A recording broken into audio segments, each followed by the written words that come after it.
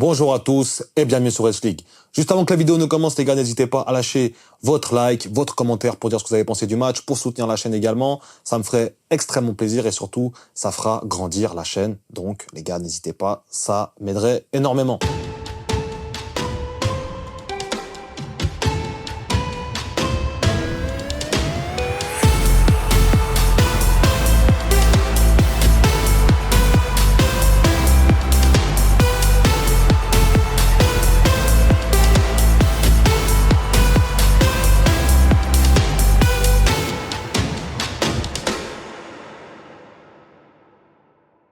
Donc, on se retrouve pour débriefer le match entre Liverpool et West Ham, les gars. Un match très compliqué à analyser, très compliqué je sais pas ce qu'on peut se dire en fait après ce match.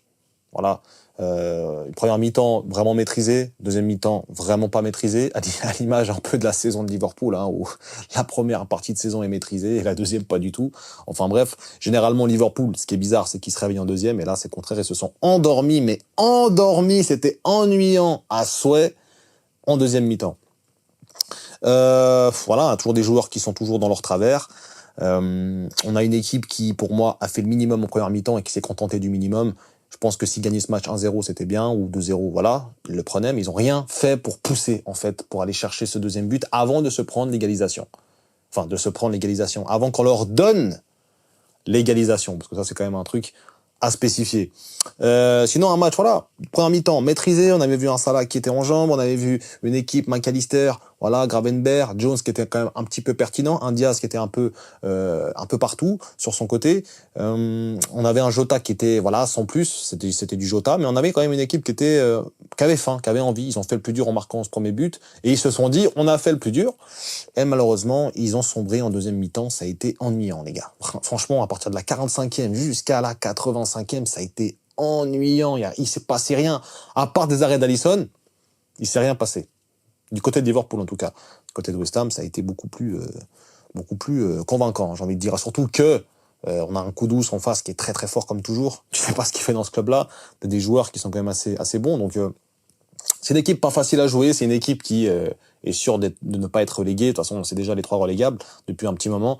Donc voilà, je pense qu'ils venaient juste pour faire leur job, parce que c'est quand même leur métier de jouer au foot, et surtout, pourquoi pas retarder le titre à Liverpool, et pourquoi pas avoir une victoire en 50 ans. Enfin, je crois que c'est une victoire en 50 ans, ouais, c'est ça, West Ham. À Liverpool, contre Liverpool, c'est quand même, ça fait long, ça fait très très long. Donc peut-être qu'ils sont venus chercher ça, je sais pas. En tout cas, dans les attentions en première mi-temps, c'était pas le cas. En deuxième mi-temps, ils auraient vraiment pu nous mettre un but ou deux. Donc en tout cas, voilà, au point de vue du match, ça n'a pas été très fameux, les gars. On va se satisfaire des 3 points, et il nous reste que 6 points pour gagner le titre. Donc Leicester et Tottenham, et le titre est assurément gagné. Franchement, je pense que on peut le dire. Le titre est plus proche que jamais. Il était déjà il y a quelques semaines, il était déjà il y a une semaine. Et là, on peut dire qu'il est encore plus proche que jamais. Et surtout, après le match nul de Arsenal, franchement, ils nous ont donné le titre. Ils jouent plus la Première Ligue. En fait, ils jouent la Première Ligue juste pour mettre certains joueurs en condition, mais ils jouent plus la Première Ligue pour gagner le titre. Là, ça fait un petit moment. Liverpool, ils peuvent encore espérer gagner le titre, et pourquoi pas avoir encore des bons matchs un peu plus décontractés. Et surtout, je pense que là, l'ambition, c'est gagner le titre, mais c'est surtout que Salah batte ses records. Je pense que là, il jouait pour lui en première mi-temps, très clairement. On a vu un Salah qui était en jambes, ça faisait plaisir. Après, en deuxième mi-temps, à l'image de son équipe, c'est là qu'on voit, les gars. C'est là qu'on voit que si Salah, il est pas bon ou qu'il fait rien, il n'y a rien qui se passe offensivement.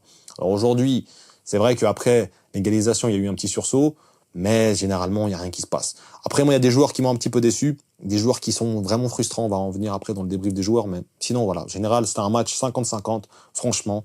Très bonne première mi-temps, très mauvaise deuxième mi-temps. Voilà. Franchement, si on peut parler du point de vue tactique, mais le point de vue tactique, c'est quoi, les gars? C'est que Liverpool a fait la même chose qu'en première, mais sauf qu'ils ont mis aucune intensité.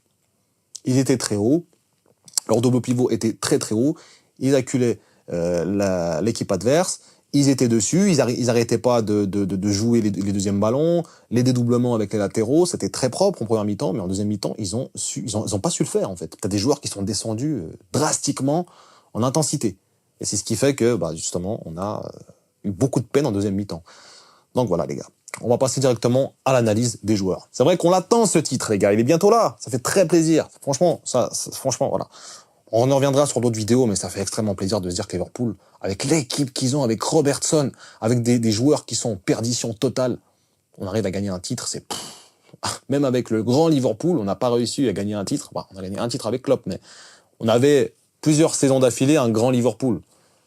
Malgré tout, ils n'ont pas réussi à gagner un titre parce que tu avais un concurrent en face qui était tout simplement trop fort. Et là, aujourd'hui, c'est pas le cas. On n'a pas un concurrent qui est trop fort. On a un championnat qui est compliqué. Ça, c'est toujours été le cas et ça le sera toujours. Et ça ne change en rien le niveau du championnat en lui-même.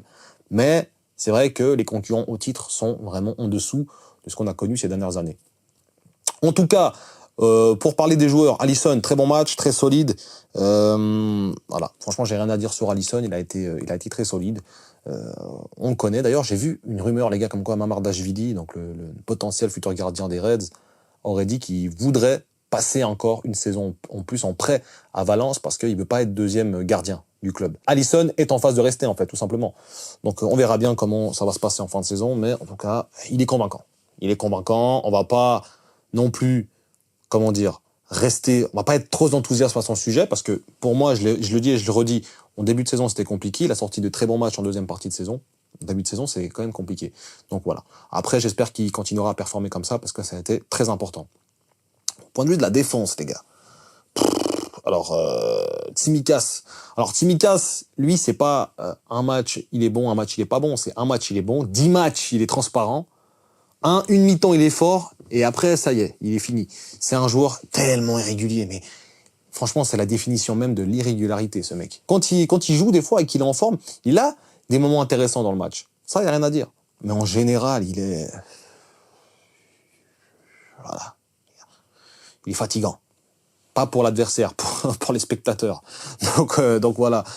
Sinon, on avait Van Dijk et Konaté. Alors Van Dijk, je pense qu'il a la haine contre Robertson, hein, les gars, parce qu'on avait aussi Robertson qui est rentré, mais il a la haine contre Robertson. Il s'est dit, mais qu'est-ce que tu... Il lui a mis un tac dans la gorge, les gars. Un tac à la gorge. Il en a marre. Je pense que même lui, il en a marre, les gars. Moi, j'en ai marre. Tout le monde en a marre. Ce mec, Robertson, cette saison, c'est pas possible. Franchement, j'ai rarement vu un latéral autant pourri cette saison. Même dans tous les clubs, même Scars, là, de West Ham, il est meilleur. Non, mais sans déconner, il est nul. Franchement, Robertson, il est nul. Il est sur tous les autogols de Liverpool. Il n'y a pas un autogol où il n'y a pas Robertson dessus. C'est lui. Lui ou lui. C'est lui qui dévie, c'est lui qui la met dedans, c'est lui, on dirait qu'il est là tout le temps quand il faut pas, il est là, il est dans les jambes, il est là, j'ai l'impression qu'il, franchement, les gars, Robertson, j'ai l'impression qu'il est toujours dans tes pattes. Il vient se mêler dans tes baskets, là. Il vient se mêler dans tes pattes. Il vient te gêner pour rien. T'es là, mais va dans ton côté. Laisse Van Dijk tranquille gérer. Alors peut-être c'est pas forcément peut-être que Van Dijk est aussi un peu fautif sur cette occasion. Ils sont les deux fautifs. Mais qu'est-ce que tu viens là? Va gérer ton côté. Il y a une occasion de Bowen où il joue mal le hors-jeu. Il est cataclysmique. Je perds mes mots, même ma bouche elle déraille quand je parle de Robertson. Robertson, les gars. Fils de Robert. L'inventeur du pas de vis carré. Mais il n'y a pas que le pas de vis qui est carré. Le pied est carré, la tête est carrée, il y a tout qui est carré. C'est pas possible. T'as envie de lui mettre des baffes pour qu'il se réveille des fois. En plus, il s'énerve contre Van Dijk. Mais je serais Van Dijk, je lui mettrais une baffe retournée, pas trop placée, ferme-la, qu'est-ce que tu me racontes? T'es nul, depuis le début de la saison, t'es nul. Et là, encore aujourd'hui, il a failli nous coûter encore 2 points, non, sans déconner. Alors, je veux bien, l'action est confuse. Mais c'est dans le match en général. Parce qu'après, il y a des occasions, avant, il y a des occasions de Bowen où il joue très mal l'alignement. Il est pas bon, balle au pied. Il met des ballons catastrophiques. Il est nul. Il est à chier par terre. Franchement. Konaté, pas rassurant. Là, le dernier au dégagement qu'il fait, où il le met sur Kudus, en plus de ça, le pire joueur à qui il faut remettre un ballon du côté adverse, il le donne à lui. Donc, pas rassurant, Konaté. Franchement, dans cette fin de saison, il descend en intensité, en rigueur. Et Van Dijk, toujours comme on le connaît, hein, Van Dijk. Il est toujours un peu nonchalant. Là, on l'a vu encore aujourd'hui. Je pense que même lui, il se dit, OK, le titre, il est acquis. On va pas trop pousser non plus. On va pas se fatiguer jusqu'à la mort. Voilà, c'est pas un très bon match à la défense. Et Bradley, bizarrement, j'ai trouvé très fort. Il ne pouvait pas jouer les 90 minutes. Donc, il a dû sortir. Quensa, on voit que c'est pas son poste. Hein. De toute façon, Quensa, moi, j'ai jamais été très, très fan de Quensa. Peut-être que s'il nous aurait mis le but contre Paris Saint-Germain, on n'aurait rien dit. Mais voilà, moi, Quensa, sa saison, on allait coup-ci, coup-ça. Hein. Franchement, il est là ou il est pas là. J'ai pas l'impression que tu vois une énorme différence non plus. À la différence de Joe Gomez, que lui qui est baissé depuis très longtemps, quand il était là, on voyait une diff. Donc voilà. Au niveau de la défense, c'était pas fameux. À part Bradley, j'ai trouvé qu'il était en jambes et qu'on manquait de ce latéral-là. Justement, ça fait très plaisir qu'il revienne dans l'équipe. Au niveau du milieu de terrain, on a eu du McAllister, Gravenberch en double pivot et cette fois-ci Jones en numéro 10, un peu reculé. Alors, bah écoutez, moi McAllister, j'ai rien à dire sur ce mec, hein, franchement. Comme je le disais sur une de mes précédentes vidéos, je le disais, pour moi, les 3 pièces maîtresses de cette équipe, c'est McAllister, Salah et Van Dijk. Au niveau de ce qu'ils apportent dans l'effectif. T'as un Salah qui fait tout offensivement, t'as un McAllister qui est sur tous les ballons, et t'as un Van Dijk qui a quand même cette impérialité, qui a quand même ce truc, ce sens du sang-froid, qui est quand même défensivement, de faire le bon geste, qui est quand même assez fort. Sinon, le reste, c'est toujours des performances où tu te dis, t'attends un peu plus, quoi. Konaté, c'était très fort, c'était considéré comme un des meilleurs défenseurs centraux, il est passé de ça à être relégué en équipe de France, en rang de remplaçant. Donc, non, Konaté, ça va pas. Konaté, faut qu'il se réveille. Konaté, il a le potentiel de devenir un des meilleurs défenseurs centraux du monde. Ça va pas du tout, Konaté, là. Faut se reprendre. Faut sérieusement se reprendre. Donc là, on regarde. Tu vois le match, tout, tu dis, bon, McAllister, encore une fois, très fort sur tous les ballons, passeur décisif sur le corner, très fort. Rien à dire. En plus, Van Dijk a marqué son but salvateur, très fort aussi. Malgré tout, il fait cette erreur, cette action confuse, il va quand même rattraper 3 minutes après le score. Donc ça, c'est très fort. Mais moi, je lui en veux un petit peu à Gravenberch. Alors, il est fort. Balle au pied, il n'y a rien à dire. Mais le nombre, il y a des occasions, les gars. Il y a le nombre de passes où tu vois tes joueurs démarqués, il fait toujours le mauvais choix. Il y a une action où t'as Salah qui est tout seul, il va la mettre à l'opposé là-bas, un ballon hyper compliqué, il s'est pris pour je sais pas qui, à mettre des ballons comme ça, complètement raté. Il y a plein de balles en 1-2 où c'est raté, des jeux en combinaison, une touche où c'est raté. Non, franchement, il manque quand même beaucoup d'éléments dans son jeu, en fait. On voit qu'il est très fort balle au pied pour faire ramener le ballon, pour ses mouvements de corps, ça, y a rien à dire, il est très fort, alors, y a rien à dire. Mais après, les gars, on demande quand même à ce genre de joueur d'être quand même un peu plus décisif, sachant que Liverpool, c'est une équipe qui joue quand même assez haut sur le terrain. Donc, il a la possibilité de faire des passes D, il a la possibilité pourquoi pas de marquer, on peut lui demander juste ça, mais faire des passes D ou faire juste des passes cohérentes, quoi. Parce que Gravenberch, c'est dur, quoi. Ça fait un petit moment, la dernière passe D, elle date du West Ham de l'année de décembre dernier. Non, franchement, Gravenberch, c'est dur. C'est dur parce que j'ai l'impression qu'il est bridé dans son jeu, en fait. Qu'il a pas... J'ai l'impression que faire le geste juste au moment où il le faut, il n'arrive pas. Je sais pas, il y a un truc qui va pas. Il manque un truc. Il manque un petit truc à Gravenberch, en fait. Il manque ce truc de faire la dernière passe juste. Il y a trop de passes manquées, des passes un peu évidentes où il fait soit trop appuyé, soit pas assez, des passes longues où il fait le mauvais choix. Il y a trop de mauvais choix et des fois il tricote un peu trop le ballon. Et puis physiquement, c'est pas non plus... Voilà. Non. Franchement, Gravenberch, va falloir qu'il accentue un peu plus son jeu vers l'avant parce que... Mouvement de corps, rien à dire. Interception, pas grand-chose à dire. Mais sinon, du point de vue finition, enfin voilà, on va pas lui demander ça, mais du point de vue même finition de l'action, même contribution à une action offensive, c'est rare que tu vois Gravenberch quand même contribuer à cela. Alors oui, il sort les ballons de assez bas des fois, mais Liverpool est une équipe qui joue haute. Donc moi, j'attends quand même de ça, j'attends de Gravenberch quand même un peu plus. Un peu plus de... Je demande pas forcément la passe D ou le but, mais quand même des transitions assez précises quand même. Sachant qu'il y a certaines occasions où tu aurais pu faire le bon geste. C'est une question de technique, c'est une question de rigueur, de justesse. Et là, il l'a pas. Je suis désolé. Gravenberch, pour ce coup-là, pour cette fin de saison, et même si tu analyses sa saison, elle est très bonne, mais il manque quand même pas mal de choses dans sa palette. Donc voilà. En tout cas, au niveau du milieu de terrain, on a Endo qui est rentré, on a Szoboszlai. Szoboszlai, il est rentré. Szoboszlai, il est rentré. Franchement, vous l'avez vu, vous, Szoboszlai? Szoboszlai, il est rentré. Quand j'ai vu ça, j'ai dit, ah ouais, ok. J'avais oublié qu'il était sur le terrain, Szoboszlai. Voilà, on voit que ce joueur aussi commence un peu à me taper sur le système, il commence un peu aussi à être... on voit, en fait, c'est visible. Alors, on se cachait, on se leurrait, parce qu'il marquait des buts, il pouvait faire quelques matchs sympas, mais on va pas se leurrer longtemps, les gars. Szoboszlai, c'est une immense fraude. Alors, actuellement, ça fait 2 saisons qu'il est là. Première saison est meilleure que la deuxième. Franchement, je vous le dis. Alors, peut-être pas statistiquement, mais par rapport au jeu et par rapport à ce qu'il apportait, purée, il était capable de te mettre des frappes, il était capable aussi d'avoir ce truc. Alors, il était capable de te faire le pire aussi, hein. Ça, son match contre Atalanta, on va s'en souvenir très longtemps. Mais, j'ai l'impression quand même qu'il, je sais pas, en fait, il a rehaussé son niveau de jeu dans certains aspects, et puis il a baissé son niveau de jeu dans les aspects où il était le plus fort. Szoboszlai, franchement, ça commence vraiment à peser, là. On commence à se demander si c'est pas une fraude. Il y en a qui le comparaient à Puskás, les gars. Mais bon, restez tranquille, quoi. Je sais pas. Enfin, bref. Peut-être qu'avec un Kerkez à gauche, peut-être qu'il se sentira moins seul, le Hongrois, je sais pas. Mais en tout cas, là, c'est pas bon. C'est pas bon et c'est trop irrégulier et ça te sort pas de la mouise, en fait, Szoboszlai. C'est ça le problème aussi. Tu vois, par exemple, un Paqueta, c'est pas le même registre de joueurs. Endo qui est rentré, qui a pas fait grand chose, à part être solide plus ou moins, mais sinon tu vois qu'aussi au niveau des combinaisons c'est compliqué, à part faire des fautes, il sait pas faire grand chose. Donc voilà, hein, au final l'équipe, on avait Curtis Jones aussi, hein, qui était un peu bonne première mi-temps à l'image de l'équipe, mais la deuxième mi-temps il était transparent, il servait à rien sur le terrain. Il était là juste pour essayer d'avoir les deuxièmes ballons qu'il n'avait même pas, et même dans les tacles c'était mauvais. Il y a des actions où il se laisse dribbler comme du n'importe quoi, Jones. Alors je veux bien que ça soit pas un profil hyper défensif, mais c'est n'importe quoi. Il y a une action où il y a un joueur bon, Jones était plus sur le terrain, mais je crois que c'est Bowen, ou je sais plus qui arrive à percer la défense, mais droit, hein, dans l'axe. Dans l'axe, pas là, dans l'axe, il court dans l'axe, puis il arrive à la remettre à coup douce. Qui aurait pu nous mettre un coup en douce si maintenant on n'aurait pas été concentré. Une latte qui nous sauve. Voilà, il y a quand même pas mal de circonstances qui fait qu'on aurait pu se faire égaliser aussi. Et si on serait fait égaliser, s'il y aurait eu, je sais pas, 2-2 ou voilà, à la fin du match, tu perds avec un autogol pareil, mais franchement, Robertson, franchement, on va pas lui faire une statue. Hein. On va pas lui faire une statue, ça c'est sûr. Mais en tout cas, au niveau du match de Jones, voilà, c'est un peu dans ce poste-là de numéro 10, tu vois qu'il faut un mec qui tienne la baraque, qui tienne la route, qui soit là, qui soit présent. C'est ça, numéro 10, sans déconner. C'est un numéro bis, ça. Et encore. Szoboszlai, Jones, c'est des numéros bis. C'est pas des numéros 10.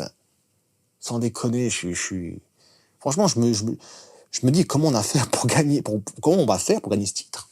Comment on a fait pour gagner ce titre? On l'a pas encore gagné. Hein, factuellement, on l'a pas encore gagné. Mais comment on a fait pour en arriver jusqu'à là? On aura bientôt notre réponse quand on va analyser la saison. D'ailleurs, n'hésitez pas à me suivre sur Twitch. Prochainement, il y aura pas mal de choses qui vont se faire là-bas. On va parler de tout ça, de la saison. On va voir chaque match un après l'autre. Moi, j'aime bien regarder ça, voir vraiment. Parce que moi, les gars, j'ai des matchs références dans ma tête, mais ça date du début de saison. Pour moi, un des meilleurs matchs de Liverpool cette saison en Première Ligue, c'est contre Manchester United. Parce que j'ai vu une équipe vraiment qui roulait sur son adversaire, mais de A à Z. Ils n'ont pas vu le jour, Manchester. Et depuis, un match comme ça, c'est très rare. Alors, il y a eu des matchs où on a dominé, bien sûr. Mais dominer, voilà, parce que United, c'est quand même une équipe qui fait mal au gros. On a vu cette saison, beaucoup de matchs nuls, ils tiennent en échec beaucoup de gros. Et ils sont quand même pas loin de la demi-finale d'Europa League, même si c'est pas encore fini contre Lyon. On a quand même une équipe qui est dure à jouer. Mais là, en début de saison, on les a massacrés. Et c'est rare que j'ai revu Liverpool massacrer une équipe pareillement. Donc, ça date. Puis là, il y avait un Szoboszlai qui était en forme. Là, on avait une équipe bien rodée. Mais ça date, ça commence à dater. En attaque, les gars, on avait Diaz qui, pour moi, a fait un très bon match. Voilà. Lui aussi, hein. Début de saison, on parlait d'un ailier stratosphérique dans ses premiers mois, là, août-septembre. C'était incroyable ce qu'il nous proposait contre Bournemouth, contre Manchester United. Il était trop fort. Et petit à petit, il régresse. On n'a pas de vrai numéro 9. T'as Gakpo qui vient un peu prendre sa place, qui est un peu meilleur que lui sur certains matchs, mais il régresse, il continue à régresser. Et là, il commence un peu à remonter. Parce que là, il est quand même à 2 buts en 2 matchs. Il a marqué contre Fulham. Je crois qu'il fait la passe D, il me semble, contre Everton. Donc, il est quand même sur un bon mois. Il est quand même sur plusieurs matchs quand même assez bons, Luis Diaz. Donc, voilà, on va pas lui enlever ça. Un bon match aujourd'hui en plus de ça. Jota, qui est dans sa continuité de manque de régularité assez forte, en fait. C'est compliqué pour lui d'être régulier cette saison. Alors, les blessures, je veux bien, mais il n'y a pas que les blessures. Il y a aussi le bonhomme qui n'est pas assez bon pour jouer et pour être titulaire et prendre ses responsabilités dans ce club, tout simplement. Donc Jota, c'est compliqué. D'ailleurs, on n'a même pas fait rentrer Darwin Nunez ou un autre. Même Gakpo qui est rentré, c'est trop discret depuis quelques temps. C'est trop discret. On va me dire que oui, mais il revient de blessure. Oh, il y a des gars qui reviennent de blessure, qui te mettent des buts, qui te mettent des doublés. Alors, je dis pas que tous les joueurs doivent faire ça, mais c'est pas parce que tu reviens de blessure. Je veux bien les premiers matchs. Et là, ça fait quand même un petit moment qu'il est revenu, Gakpo. Est-ce que vous l'avez senti? Non. Il manque un truc à Gakpo, là, sans déconner. Il manque un truc à Gakpo. Mais vraiment. Là, je sais pas ce qui se passe. Ok, peut-être que la blessure, ça l'a coupé dans son élan. Ça, je suis totalement d'accord. Mais un grand joueur est capable de revenir de ses blessures. Et là, aujourd'hui, Gakpo, on attend la saison prochaine pour revoir un Gakpo qui performe. Parce que là, cette saison, c'est compliqué. Cette fin de saison, ça risque d'être un peu plus compliqué. Il va quand même marquer, je pense, un but avant les 6 derniers matchs. Mais ça reste quand même un petit peu compliqué pour lui. Et on avait Salah qui avait fait le retour un petit peu là après sa prolongation. On a vu un Salah en première mi-temps qui était en feu. Enfin, en feu. On va peser les mots. On a vu un Salah qui était Salah, tout simplement. Pas en feu ni quoi que ce soit, c'était juste Salah en fait. Et en deuxième mi-temps, il s'est éteint. Et puis l'équipe s'est éteinte aussi. On le voit, c'est pas que lui. C'est pas comme si lui loupait tout et puis que les autres réussissaient tout. Non, ils sont tous éteints en deuxième mi-temps. Et on avait un Salah en première mi-temps qui a sa 18e passe décisive. Ça veut dire que encore 3 passes D, il a battu le record ultime des passeurs décisifs dans une saison de Première Ligue. On parle de De Bruyne et de Thierry Henry, messieurs, dames. C'est quand même c'est pas les bûcherons du quartier. C'est vraiment des gros joueurs, des légendes de ce championnat-là. On parle encore de, je crois, la plus grande contribution en Première Ligue, je crois que c'est 47. Pas d'un joueur qui en a 45, ou je crois que c'est 48. Enfin bref, il est très proche de battre tous les records de tous les meilleurs performeurs en Première Ligue. Au-delà du fait de peut-être grappiller dans le classement des meilleurs buteurs, mais en une saison, il est en train de faire une saison historique. Franchement. Et là, il fait une passe D aujourd'hui, franchement. Et quelle passe D d'ailleurs. Bon, c'est pas la plus dure pour lui, mais il en a fait d'autres, des passes qui étaient vraiment magnifiques. Une passe pour McAllister quand même, à angle fermé là, où même moi je voyais pas le déplacement du joueur, j'ai même pas vu la passe, j'étais waouh. Puis McAllister qui loupe. Enfin, Areola qui rattrape plutôt. Donc voilà, on a un Salah qui est capable de nous faire une saison de fou furieux, qui va, j'espère, il lui reste 6 matchs. T'as Leicester, prochain match, va falloir, je pense pas que ça va être un match pareil que ce qu'on a vu là. Ça va être le même match. Moi, je vous dis, contre West Ham, là, on a vu un match comme ça, et contre Leicester, ça sera pareil. Ça sera le même match. Ça sera un match où on va mettre un peu d'intensité, on va peut-être mettre le premier but. Et puis après, on va se calmer un peu, et puis Leicester vont espérer faire un coup pour, malgré leur saison cauchemardesque, peut-être, pourquoi pas, essayer d'embêter le premier, ou le futur champion. Ça peut quand même être une belle histoire dans leur saison. Et on va galérer contre Leicester. Moi, je vous dis, le match où je nous vois moins galérer, c'est contre Tottenham. T'as vu, c'est un plus gros. Ça va faire 3 matchs cette saison. On est à 10 buts contre Tottenham. 6 à l'aller, 4 en Carabao Cup. Ça fait 10 buts. On en a pris. Voilà, on peut encore faire mal. Donc, je pense quand même qu'on va gagner le prochain match. Mais j'espère vraiment que Salah va battre ce record. Ce serait incroyable, les gars. Qu'il marque encore un but, une passe D, ou qu'il fasse le record de passe D en une saison, ou qu'il atteigne le record, qu'il en fasse encore 2. Ce serait vraiment le mettre, mais tout là-haut, dans les meilleurs joueurs. Et il reste encore 2 ans pour Salah, pour s'exprimer dans ce championnat-là. Donc c'est magnifique, franchement. La victoire est quand même importante. Voilà. La victoire est quand même importante, en mine de rien. On aurait pu vraiment avoir encore un Liverpool qui refait un match nul, ou pourquoi pas qui repère un match, et puis qui retarde encore l'échéance. Non. Là, on a gagné. Ça, c'était important. On va jouer contre Leicester la semaine prochaine. Va falloir qu'on gagne. Pourquoi pas un 2-3-0, ça nous ferait plaisir. Et surtout, ça permettrait, pourquoi pas, à Mo Salah. Parce que pour le moment, là, c'est ça qui se joue, les gars. C'est la Première Ligue et les records de Mo Salah. C'est tout sur quoi on peut se raccrocher. Le reste, c'est mort. Donc, on va pas se raccrocher au reste, c'est mort. On a les records de Salah pour dire que voilà, on a le meilleur joueur de l'histoire, peut-être de la Première Ligue. Et on a gagné la Première Ligue. Voilà. Donc, ce serait vraiment fort. On attend de voir ça la semaine prochaine. En attendant, on va se contenter de regarder la Ligue des Champions et voir un peu ce que les autres équipes vont nous proposer cette semaine. Voilà. En tout cas, voilà, victoire quand même qui fait du bien, victoire quand même qui est méritée dans l'ensemble, même si en deuxième mi-temps c'était très compliqué. Mais voilà, la victoire est méritée et on attend le prochain match. Donc voilà les gars, la vidéo arrive à son terme. J'espère qu'elle vous aura plu. N'hésitez pas à me dire en commentaire ce que vous avez pensé du match, ce que vous avez pensé du débrief. Si vous voulez que j'améliore certains axes, n'hésitez pas à me le dire aussi les gars. Moi je lis tous vos commentaires, n'hésitez pas à balancer tout ce que vous avez à dire. Balancez-vous les gars, balancez quoi. Bon voilà, je me calme, tranquille. Mais balancez vos commentaires. Et surtout, on se retrouve très prochainement pour une nouvelle vidéo. D'ici là, prenez soin de vous. Et surtout, n'oubliez pas...